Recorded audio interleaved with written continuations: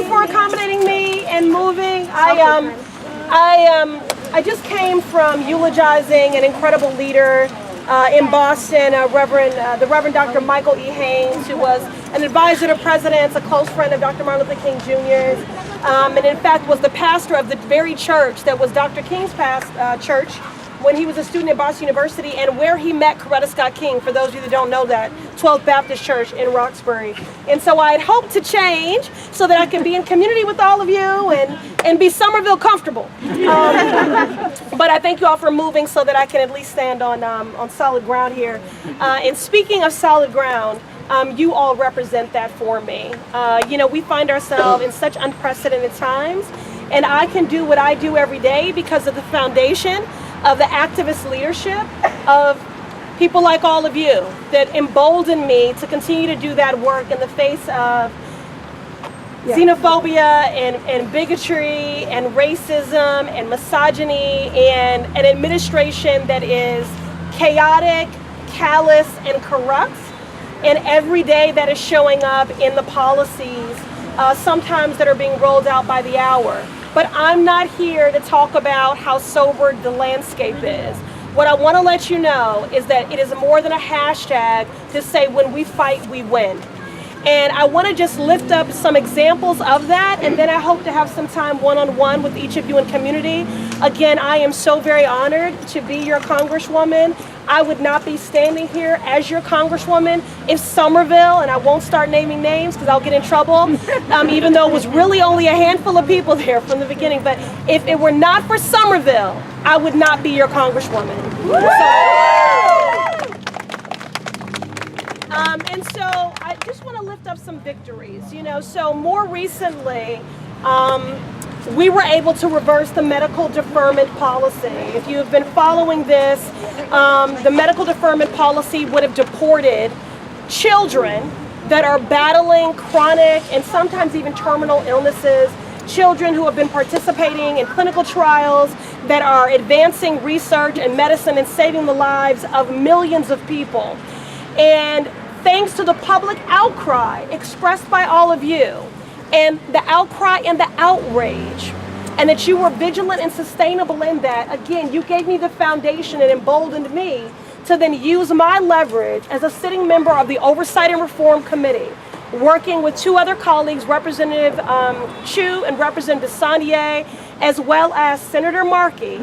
We wrote a letter demanding transparency about how this policy had been terminated.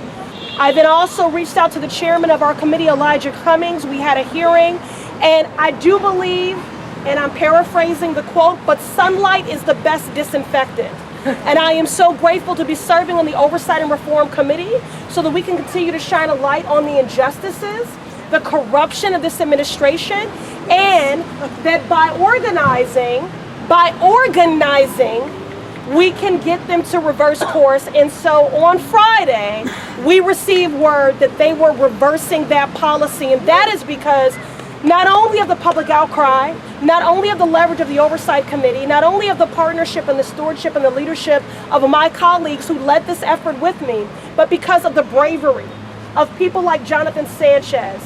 His family is from Honduras, 16 years old, living with cystic fibrosis. He already had a daughter, a sister, died of cystic fibrosis in Honduras. And he appealed to this committee, literally fighting for his very life, that they would see the humanity in him, because he knew if he was sent back to Honduras, that it would be a death sentence. And we reversed that policy. And so I just lift that up as an example of what's possible. I can give you another example. The citizenship question is not on the census because of public outcry, because of the bold activist leadership demonstrated by so many of you in this space and beyond. We were able to bring in Secretary Ross from Commerce before the Oversight and Reform Committee. And I can't say he testified because that would be too generous a thing to say. He sat there. But the point is that, you know, based on our shining a light on and questioning the motivation behind the push to put that question on the census, we were able, in working in a broad coalition with many activist leaders, to keep that question off the census. Now, when it comes to the census, our work is not done.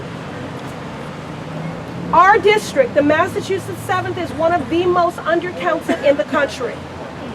Boston, which is included in the 7th, out of the 100 largest cities in the country, represents 9th in being hardest to count. Now, I ran for this seat because the Massachusetts 7th is one of the most diverse, being 53% people of color, 40% foreign born, almost 40% single female-headed household, incredibly diverse, largest concentration of college students in the country, and it is the most unequal. Now, why is it the most unequal? Why is it in a 3-mile radius from Cambridge to Roxbury that life expectancy drops 30 years and median household income by $50,000? That is because of policy. But it is also because we are underfunded. We are under-resourced because we are underfunded. And we are underfunded because we are undercounted. So I need all of you to make sure that you are counted in the census and that you make sure the people that count in your life are counted in the census, because in the eyes of the federal government, if you are not counted, you don't count. And what that means is you are not deserving of being seen, you are not deserving of being heard, you are not deserving of being invested in.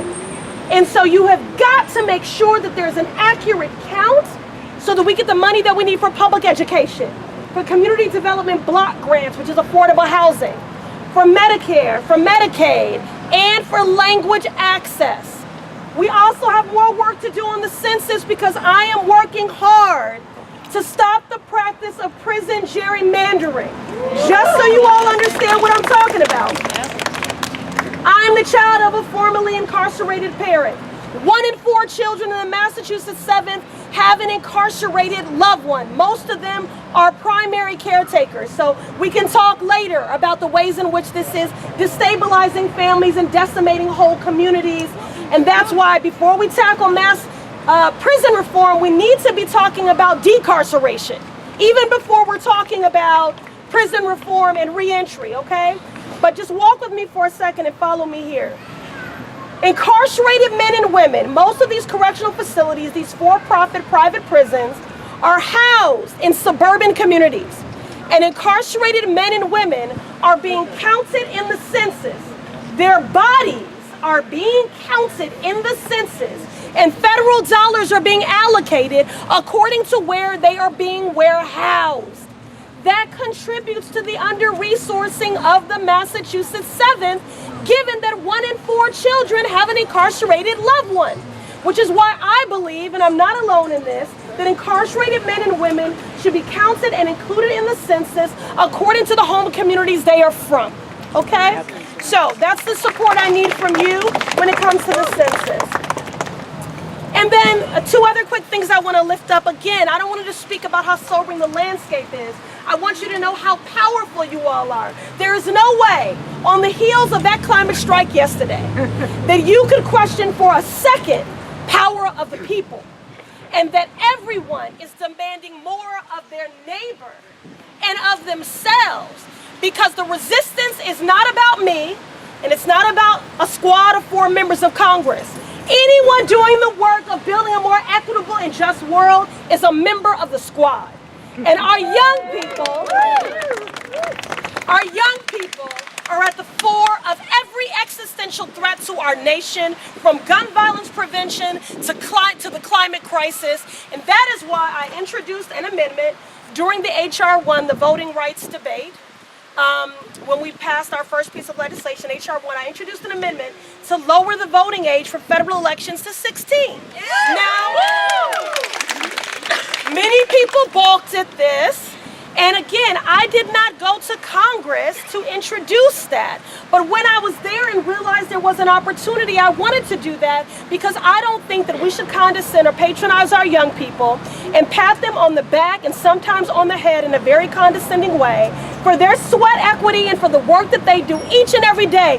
Look around you. Young people are dealing with adult burdens and threats and responsibilities. There are young people like I was, who've been working jobs since they were 14, not to build a resume, not for enrichment, because they had to. So at the very least, that's taxation legislation without representation. They're working summer jobs, year-round jobs, contributing to civic life, to their family's income, to our economy. And they deserve to have a right to the ballot to be eligible. So when people say to me, I'm not sure they're mature enough, have you looked at who's in the corner office? And you question? I would take any of these young people over the current occupant of this White House. Any of them.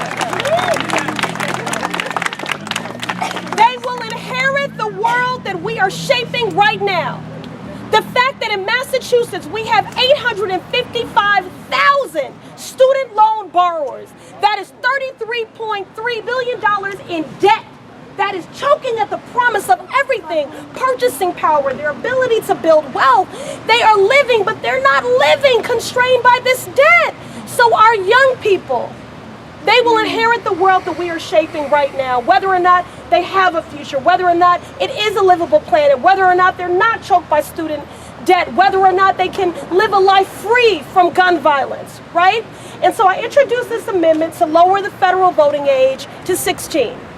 And 125 members of Congress supported that amendment. Now, we didn't get it into H.R. 1, but this is what I need all of you to know, especially the Democrats, that sometimes the victory is in the fight. We advanced that issue, 125 Democrats, 1 Republican. I get to say it was bipartisan. so stop saying I'm not bipartisan.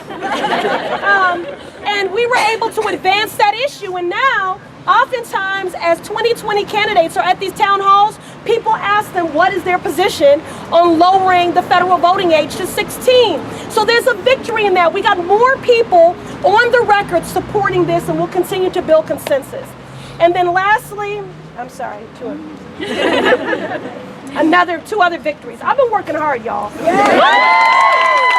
Okay, let me just give it to you by the numbers. I've been there almost 8 months, is that right? Almost 8 months. Was onboarded in the midst of a federal government shutdown. I have introduced 12 pieces of legislation. I have co-sponsored 292 pieces of legislation, and I have written and passed 10 amendments. And all of these issues. Now, I'm so proud that the very first piece of legislation that I introduced was a workers' rights bill. And we were able to get that. So within my first 14 days in Congress, I wrote a workers' rights bill to support service workers impacted by the shutdown for whom there's no mechanism to give them retroactive back pay. They still haven't been paid. These are food service workers, security workers, custodians. We were walking into a building every day, pristine hallways, pristine offices. They took care of us in the lunchroom when we can get there. They kept us safe. Hourly, vulnerable, low-wage workers, women, immigrant, people of color, who many of you have organized for them to get paid a living wage, for them to get health care, predictable work schedules, for people to see the dignity of their work. And here we have a mechanism to make all the federal workers whole after a shutdown. And by the way, we're staring down the barrel of another one. And these service workers were never made whole. Heartbreaking stories of pulling kids out of college, of pulling from what little savings they had to pay the rent. So I introduced legislation to make those federally contracted third-party service workers whole. Custodians, security workers, food service workers. That is the first bill out of the 12 that I've written that I wrote, and that got into the House appropriation package and is sitting at the door of Mitch McConnell. So we are one step closer to justice for those families. And so in my work, I've been focused on everyone, but especially the immigrant, the worker, and I'll end here, the survivor. I want to say something to my survivor tribe. As a survivor of childhood rape and also campus sexual assault, this is one of the reasons I ran for Congress, to fight for the healing and the justice of survivors. It was certainly very triggering and demoralizing to millions of survivors and our allies when Kavanaugh was confirmed as a justice to the Supreme Court. Now that there are new allegations, I have filed a resolution for an impeachment inquiry of Kavanaugh. Now, why am I by doing that, I'm also an early supporter of the impeachment inquiry resolution authored by Representatives Tlaib and Green, respectively. And let me be clear, no one here is impeachment heavy. What I am and what we are, impeachment happy. No one here is impeachment happy, but what we are is trauma heavy. I did not go to Congress to impeach a president, but I will, because he dishonors this office in every way. I like to say we went from a president who sang Amazing Grace to one who shows none. Okay? Now, I've introduced this resolution to initiate an impeachment inquiry because I think these new allegations are evidence of a rushed and fundamentally flawed process led by this GOP and perhaps even a partisan FBI. Every story deserves to be heard, and every accuser and the accused deserve due process, which is why we need an impeachment inquiry and a full investigation. I wish I didn't have to go that far, but this administration cannot be trusted to come before us because they obstruct, they evade, they stonewall. I see it every day when they come before us. If you did not see Ben Carson before me at the Financial Services Committee, they evade, they obstruct, and they stonewall. So I don't feel we have any other choice. And so that is my heart's work, to fight for the healing and the justice of all survivors. And so I thank all of you for the work that you do every single day. Thank God for Somerville. Thank God for the Democrats here. Thank each and every one of you for being foot soldiers in that army. And please do not be deterred or dissuaded in any way into thinking that you cannot continue to have an impact. We only have the ACA. We only still have it. We only still have it, given the ways this administration works to undercut, erode it, dismantle it at every turn. Not because of the conviction of lawmakers, because of the courage of everyday people who laid their body in the gap and demanded that government see the humanity in them and the dignity of their lives. And that is the path forward. That is how we resist, and that is how we progress in this new world dichotomy. It's going to take more than one person. It's going to take more than 4 members. It's going to take a movement.